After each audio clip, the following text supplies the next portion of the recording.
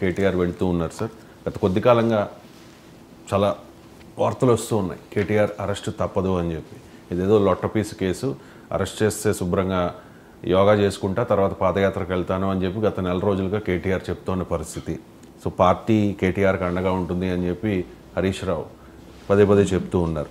So గత కొన్ని రోజులుగా వస్తున్న వార్తలు, ఈ కేసు పూర్వాపరాలు పరిశీలిస్తే మీకు ఏమనిపిస్తుంది సార్? కేటీఆర్ అరెస్ట్ తప్పదంటారా?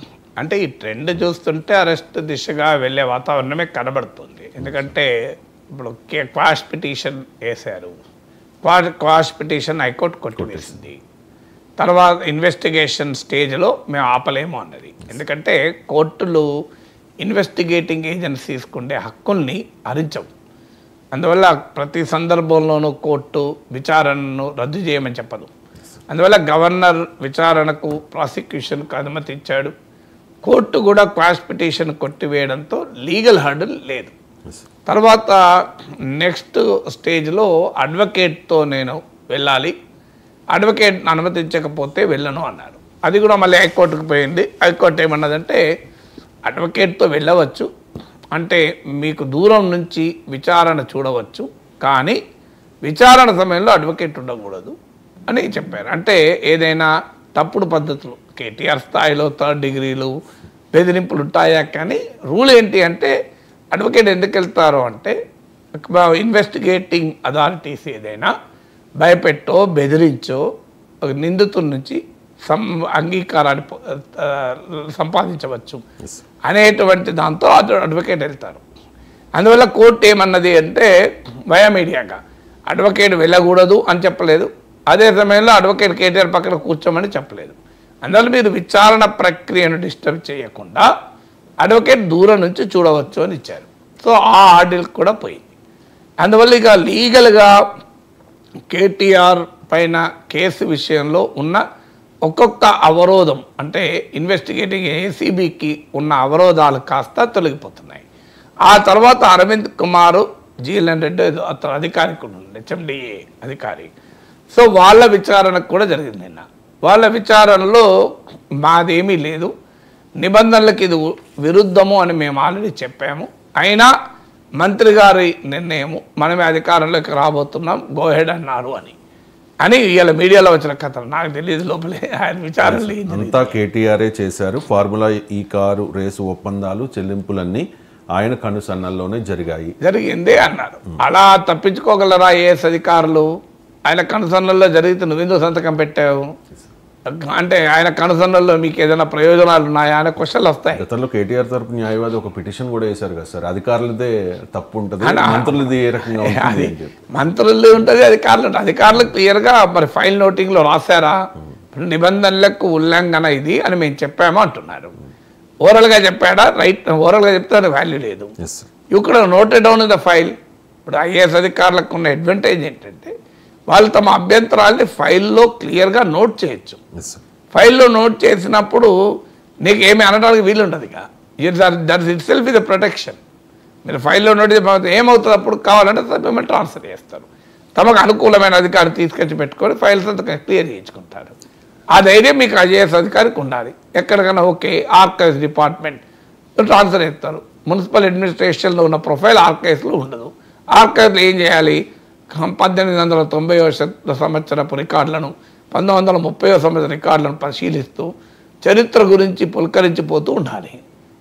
తప్పదు. మరి ఆర్కైవ్స్కి వెళ్తున్నా కూడా ఆర్కైవ్స్లో కూడా ఎంజాయ్ చేయాలి. ఆ స్పిరిట్ అనే ఐఏఎస్ అధికారికి ఉంటే ప్రాబ్లం లేదు. ఉంటాడా? మన మున్సిపల్ ఇప్పుడు పోలీస్ అధికారి ఉన్నాడు అనుకోండి, డీజీపీ ఉంటాడు, లా అండ్ ఆర్డర్ మొత్తం ఎస్పీలంతా ఆయన చేతిలో ఉంటారు. మామూలుగా ఉండదు highly director general of police అంటే. సో నీకు ప్రభుత్వాన్ని చెప్పినట్టు వినలేదనుకోండి, డైరెక్టర్ జనరల్ ర్యాంక్ ఏం పోదు, సాలరీ ఏం తగ్గదు, కానీ ఏం చేస్తారు? పోలీస్ హౌసింగ్ కార్పొరేషన్ ఎండీగా పంపిస్తారు. అప్పుడు వాళ్ళ పని ఏంటంటే పోలీసుల ఇల్లు కట్టడము, కట్టిన ఇళ్లకు మరమ్మతులు చేపట్టడము, సరిగా సున్నాలు వేస్తున్నారా లేదా చూడడము, వీటి పని చేసుకుంటూ ఉండాలి. దానికి రెడీగా ఉంటే అభ్యంతరం లేదు. We'll enjoy even that.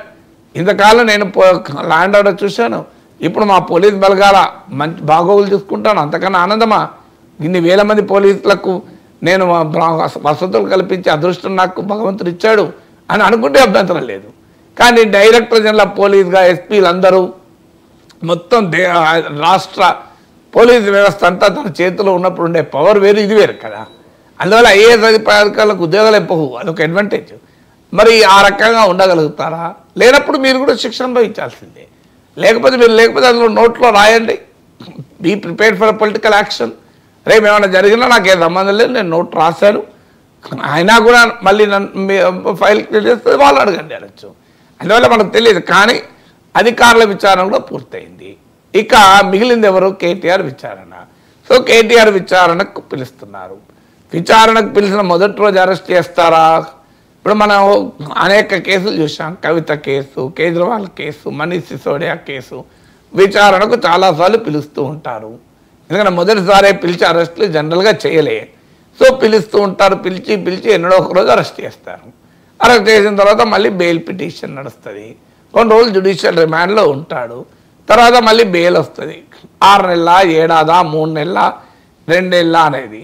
ఎన్నడో ఒక రోజు అయితే court right to speedy trial, ఈ విచారణ మీద ఇంకెంతకాలం అని చెప్పి ఎన్నడో ఒక రోజు బెయిల్ ఇస్తుంది. బెయిల్ ఇచ్చిన తర్వాత నువ్వు మళ్ళీ జనంలోకి వెళ్ళి నన్ను అన్యాయంగా లోపలేశారు చూడండి అని చెప్పి మళ్ళీ నడుస్తుంది. ఇది తదంగా అంతా నడుస్తుంది. ఏం తేలింది? ఏ కేసులో ఏం తేలింది? ఇప్పటికీ లిక్కర్ కేసులో ఏం తేలింది? మీకు ఎమ్మెల్యేల కొనుగోలు కేసులో ఏం తేలింది? సో రేవంత్ రెడ్డి పైన కూడా జైలుకు పంపించారు కదా, ఏమైందని ముఖ్యమంత్రి తిరిగి వచ్చింది కదా. అందువల్ల ఈ పొలిటికల్ కేసెస్ ఏం జరుగుతాయని ఏం జరిగాయి మనకు తెలియదు. 90 ఇప్పుడు ఏదో ఒక లాలూ ప్రసాద్ యాదవ్ ఎక్కువ కాలం జైల్లో ఉన్నాడు, మధు కూడా ఉన్నాడు. అంతే తప్ప ప్రాసెస్ ఇస్ పనిష్మెంట్. 2 నెలలు ఉంటాడా, 3 నెలలు ఉంటాడా, 6 నెలలు ఉంటాడా, 7 ఏడాది ఉంటాడా, 2 ఏళ్ళు ఉంటాడా? ఉంటే సింపతి వస్తుందా రాదా? చంద్రబాబు నాయుడు 4 రోజులు ఉన్నాడు, జగన్మోహన్ రెడ్డి 16 నెలలు ఉన్నాడు. అవి ఇంకా చాలా సీరియస్ కేసులు. జగన్మోహన్ రెడ్డి మీద ఉన్న కేసులు మామూలు కేసులు కావు. సో ఇలా నడుస్తూనే ఉంటుంది. జైలుకు పోని నాయకుడు ఎవరు? అమిత్ షా జైలుకి వెళ్ళాడు. అమిత్ షా జైలుకి వెళ్ళినప్పుడు చిదంబరం హోంమంత్రి, మళ్ళీ అమిత్ షా హోంమంత్రి అయ్యాడు, చిదంబరం జైలుకు పోయించాడు. దానివల్ల చూద్దాం.